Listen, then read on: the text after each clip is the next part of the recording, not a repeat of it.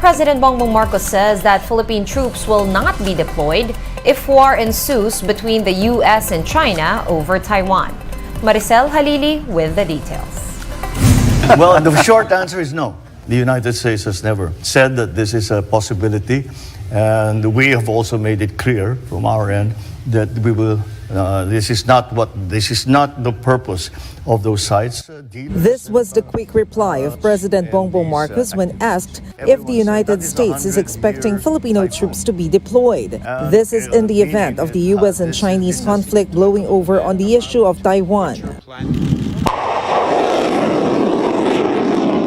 Before the Center for Strategic and International Studies in Washington, the president reiterated the purpose of military bases in the Philippines under the Enhanced Defense Cooperation Agreement or EDCA. The chief executive clarified that EDCA sites are there to facilitate response to calamities and are not launching pads for any attacks against any country.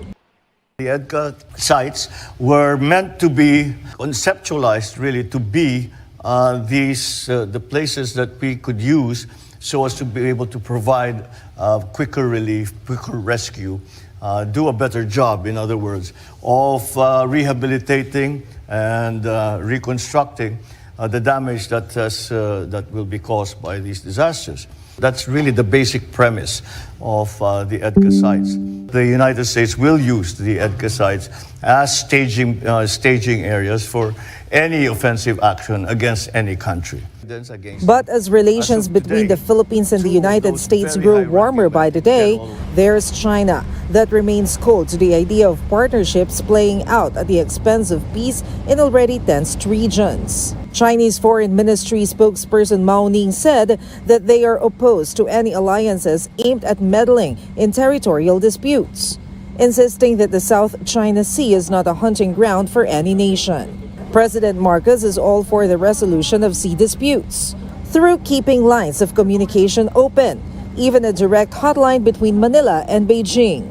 I suggested that we institute a system wherein we have a direct contact, one president to the other. If I cannot speak, for example, to President Xi himself, I have someone that I can pick up the phone and call who I know and I have confidence in making my message arrive to the president.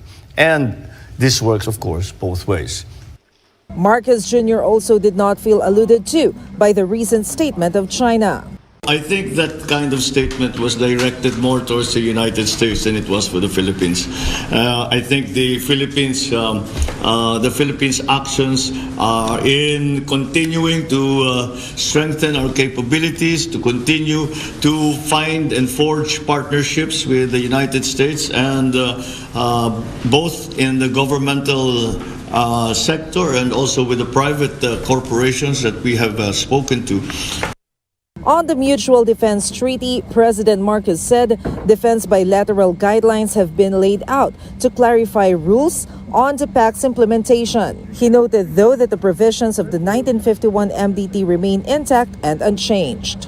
We're not yet there. What we did in this trip and what we have managed to formulate are the guidelines pa lang doon sa mga magiging provision at saka magiging detalye.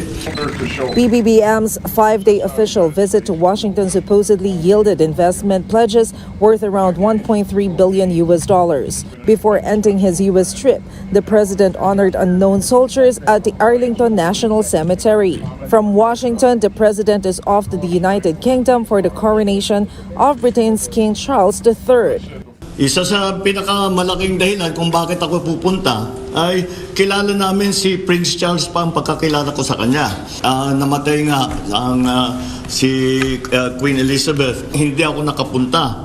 Kaya sabi ko naman, ay palagay ko dahil magkakilala kami, dapat naman napakalaking bagay na siya'y kukoronahan bilang hari ng United Kingdom, ay dapat makapag-attend na ako. On the sidelines of this historic event, for the British, President Marcos is expected to have informal talks with UK Prime Minister Rishi Sunak and other leaders. The president will be in the UK until May 6th before flying back to Manila. For News 5, Maricel Halili, We Are One News.